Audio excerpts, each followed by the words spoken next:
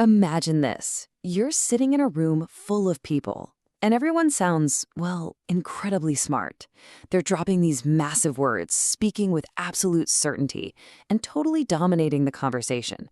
But deep down, as you're sitting there taking it all in, you start to feel this strange little itch. You kind of start to wonder, do they actually understand all this?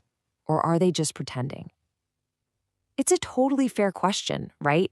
Because we've all been there. We've all looked around a meeting room or a classroom and thought the exact same thing.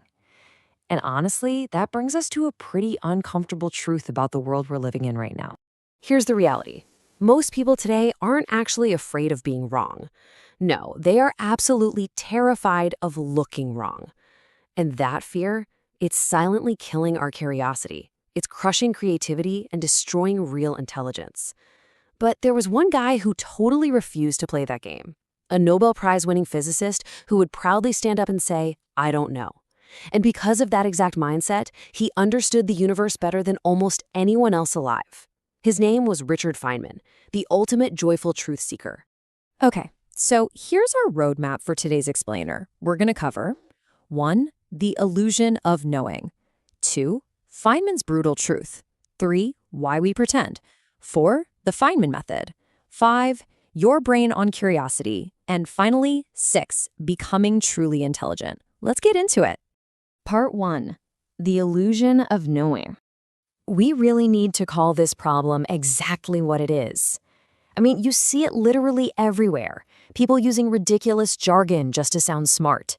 Students memorizing facts for a test without actually understanding the concepts. Or professionals just bluffing their way through meetings. In psychology, there's a name for this. It's called the Dunning-Kruger effect. Basically, it's this wild phenomenon where people who know less actually believe they know way more. But you know what? There's a deeper biological reason why we all do this. It turns out your brain literally prefers a wrong answer over sitting in uncomfortable confusion. Confusion just feels awful, doesn't it? It's deeply uncomfortable. So just to feel safe and secure, our brains quickly default to this fake intelligence. Part 2. Feynman's brutal truth. So Richard Feynman completely flipped the script on this whole human tendency to pretend. He didn't care about certainty. He was completely obsessed with truth. And I love this quote from him. He said, "I would rather have questions that can't be answered than answers that can't be questioned." Just let that sink in for a second. Finding the truth always begins with having the guts to say, "I don't know," not as a sign of weakness, but as a massive superpower. So it really comes down to this difference: chasing certainty versus chasing truth. Most of us are completely exhausting ourselves trying to chase certainty, constantly pretending that we know everything. But Feynman, he took the joyful approach. He happily embraced the unknown because he knew that was the only real way to build genuine, deep understanding. There's this fantastic, kind of funny story about him. Feynman once went to this high-level conference packed with experts. Everyone's talking, throwing around these complex theories, trying to sound like absolute geniuses. But Feynman just quietly sits there, listening, and realizes, wait a minute, they're all just repeating things they don't actually understand. So what does he do? He stands up and strips away all the jargon. He simplifies the whole thing. And suddenly, it became obvious that the real genius in the room was the guy who could make things simple. Because at the end of the day, if you can't explain it simply, you don't understand it deeply. Part 3. Why we pretend. So why is our society so hopelessly trapped in this cycle of speaking confidently even when we have absolutely no clue what's going on? Well, let's break down the root causes here. First off, fear of judgment. We all just want to look smart, right? Then there's ego protection. Admitting ignorance feels like taking a huge hit to our social status. Third is a major flaw in our education system. We're constantly rewarded for just having the right answers, not for actually understanding the material. And finally, the social media illusion, where everyone online appears to be absolutely certain about everything, all the time. So what happens? We build a habit.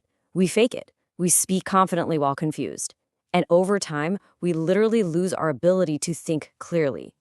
Part 4. The Feynman method. Now, before we jump into Feynman's specific steps, it's super fascinating to realize that his whole approach is actually rooted in ancient wisdom. I mean, even the great philosopher Socrates famously said, "I know that I know nothing."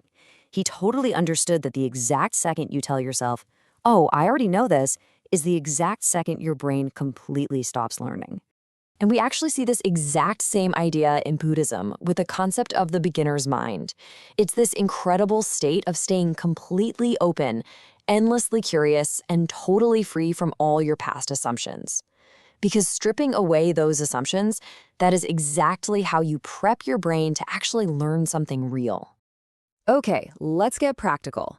How do we actually apply this in everyday life? Here are the 5 steps of the Feynman method. Step 1, pick a concept, literally anything. Money, relationships, stress, physics, whatever. Step 2, explain it like you're teaching a child. No jargon, no big fancy words, and if you start to stumble here, boom, that struggle right there is your true knowledge gap. Step 3, identify your confusion. Where exactly did you get stuck? Because that is exactly where you need to go back and learn more. Step 4, simplify again. Keep refining it until it is crystal clear. And finally, step 5, question everything. Never accept ideas blindly, not even your own. Part 5, your brain on curiosity. Now, the hard neuroscience behind this is mind-blowing. It proves exactly why this method works so well. When you're busy pretending to know something, your brain literally shuts down curiosity just to protect your ego. You get 0 growth and 0 learning. But the moment you genuinely admit, hey, I don't know, your brain instantly switches into this hyper-focused learning state. That curiosity gives you a huge hit of dopamine, which actually locks in your memory and massively boosts your understanding. It's like a cheat code for your brain. Part 6, becoming truly intelligent. Just imagine living this transformative, totally freeing lifestyle where you're never afraid to ask questions. You're not exhausting yourself trying to impress anyone. You're just a joyful truth seeker. You'll learn faster, and your thinking will become so much clearer. Because real intelligence is not about knowing everything. It's about being curious enough to learn anything. Richard Feynman never walked into a room trying to be the smartest guy there. He just tried to be the most honest thinker. You don't achieve true intelligence by piling on more facts, but by stripping away the illusion of fake intelligence. So, I want to leave you with a bit of a provocative question to chew on today. What is one thing you are absolutely certain of that you might actually need to question today? If this explainer shifted your perspective even a little bit, please hit that like button, share it with a friend, and comment "I choose curiosity" down below. Make sure to follow us to improve 1% daily, and definitely grab our free ebooks linked in the description. Stay curious, guys. Stay humble, and never ever be afraid to say, "I don't know yet."